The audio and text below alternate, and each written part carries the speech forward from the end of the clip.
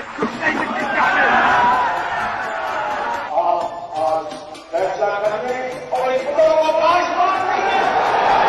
मैं इंशाल्लाह वादा करता हूँ कि जल्द आपसे मिलूंगा और फिर वो बातें बताऊंगा जिससे पाकिस्तान अजीम बनेगा, अजीम बनेगा। जो आज हमें बिजली देना चाहता है, हम पाकिस्तान ये थे पाकिस्तान के प्रधानमंत्री पद के नए दावेदार। इनसे पाकिस्तान की जनता को नुकसान हो ना हो, बट मीडिया का नुकसान होना तय है। तो राम राम मेरे प्यारे भाई बहनों की हालचाल मजा में एक बार फिर से आप सबको स्वागत है अपने चैनल सैफरॉन पैट्रियट में। अभी कर्नाटक में हिजाब विवाद को लेकर आप लोगों ने एक लड़की के लिए कॉलेज में अल्लाह अकबर चीखते हुए सुना ही होगा। मैं तो भला उस लड़की को एक मामूली सी लड़की समझ रहा था, बट उस लड़की की पहुंच तो आतंकवादी संगठन अलकायदा तक निकली। अलकायदा के चीफ ने उस लड़की के लिए अपनी बहन बताया और उस लड़की की तारीफ की। शायद आप सभी को अब समझ आ गया होगा कि हिजाब विवाद के पीछे कौन था। तो चलिए बिना किसी विलंब के प्रारंभ करते हैं हम लोग अपने आज के चलचित्र। और आज की इस वीडियो में आप सभी लोग इस क्लिप के लिए पूरा जरूर देखिएगा, चाहे वीडियो को स्किप कर लीजिएगा, ये क्लिप आपको लास्ट में देखने को मिल जाएगी।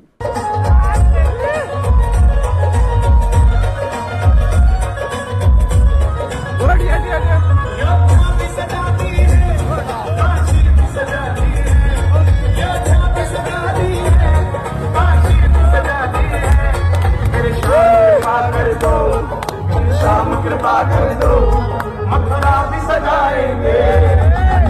कृपा कर दो, मथुरा। मुझे लगता है कि इन मौलाना जी के कागज बकरी खा गई। वैसे आप लोगों को क्या लगता है मुझे कमेंट सेक्शन में जरूर बताइएगा। रिश्वत चलती है, बताओ, इन्होंने 10 दिन में खत्म कर दिया। गजब टोपीबाज आदमी है भाई, कम से कम इतनी लंबी तो मत फेंक कि तेरे चमचे तो दूर तेरी IT सेल के बंदे भी उसे लपेट ना पाए।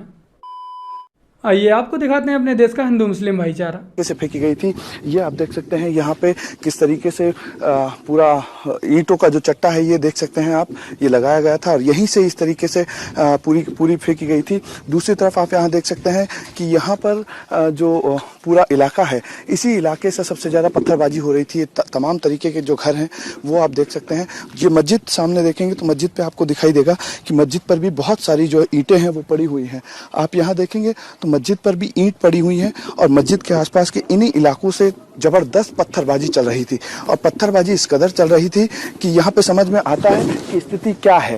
ये मस्जिद की छत है, मस्जिद की छतों के अलावा आप देखेंगे कि तमाम छतों के ऊपर पत्थर जो हैं वो पट्टियाँ जो हैं वो रखी गई हैं और इन्हीं पट्टियों के हिसाब से ये पट्टियाँ जो हैं ये इधर आप देखेंगे। वीडियो जर्नलिस्ट मैं इससे कहना चाहूँगा कि एक बार दिखाएं, ये वाली जो पट्टियाँ हैं जो वीडियो वायरल हुए थे, इन्हीं पट्टियों को लेकर के फेंका गया था।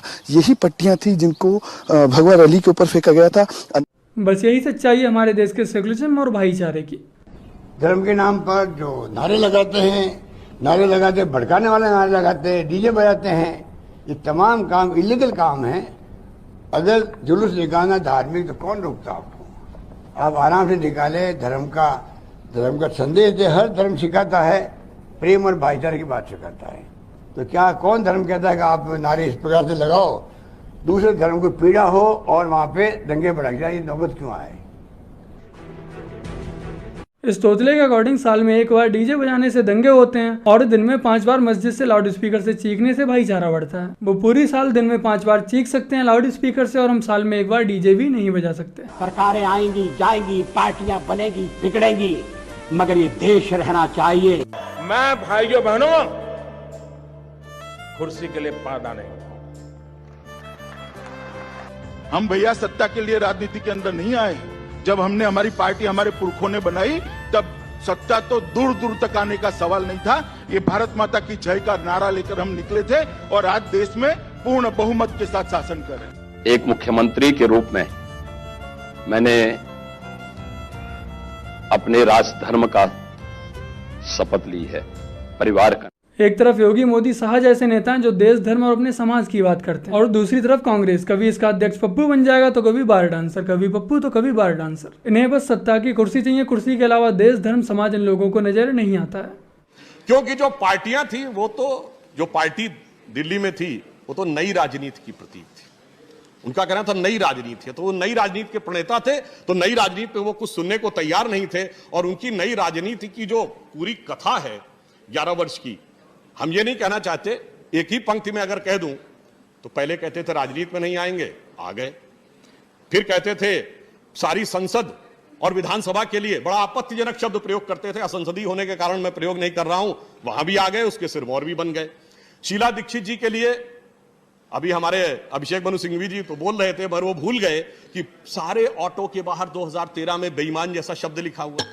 कहते थे हमारे पास तो सैकड़ों पन्नों की बुक है, और जब हम लोगों ने कहा कार्रवाई करो तो कहते सबूत लाके दीजिए। ये एक नई राजनीति थी। फिर कहा ना भाजपा समर्थन लेंगे ना कांग्रेस से लेंगे, फिर लिखित में समर्थन मांगा।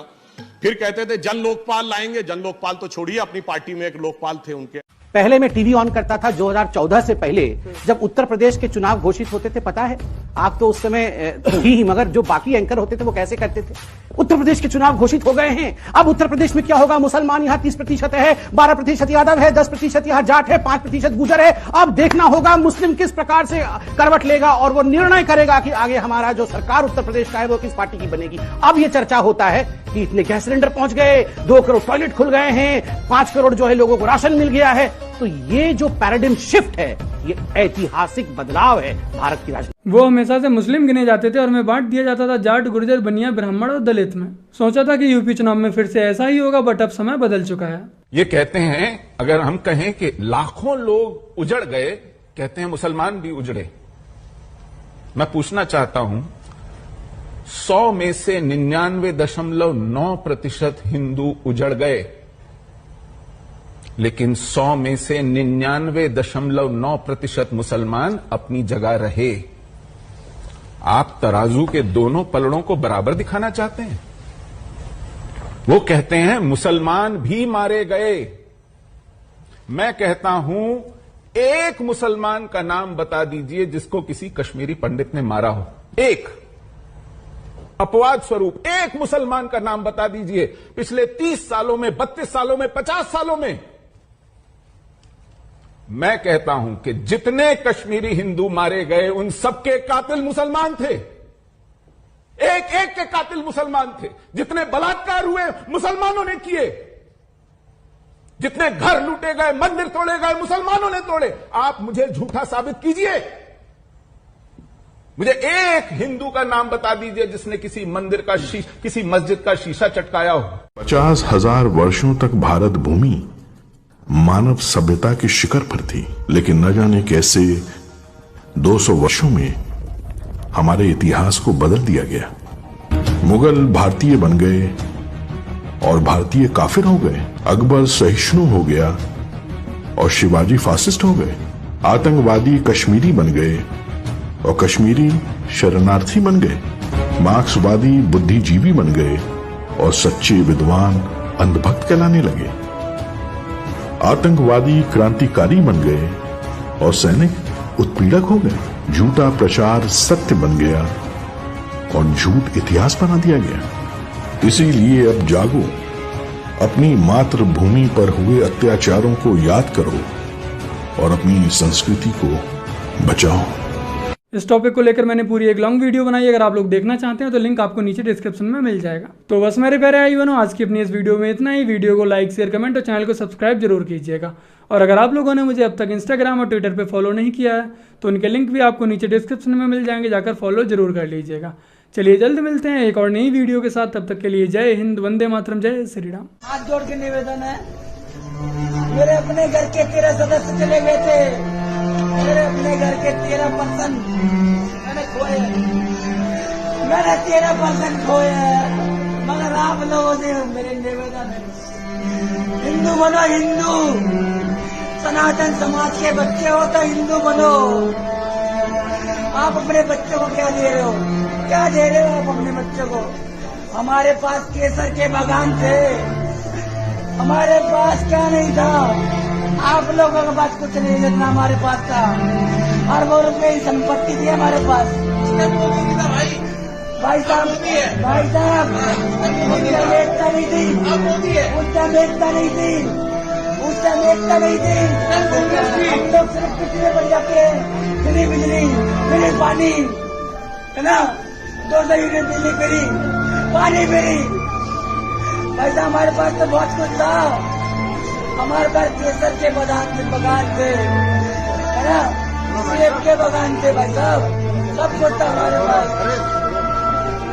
सेब का फिल्म मत समझ के लाना आप लोग प्लीज। प्लीज मेरी रिक्वेस्ट है आप सबसे, इसका विलेन मत समझना।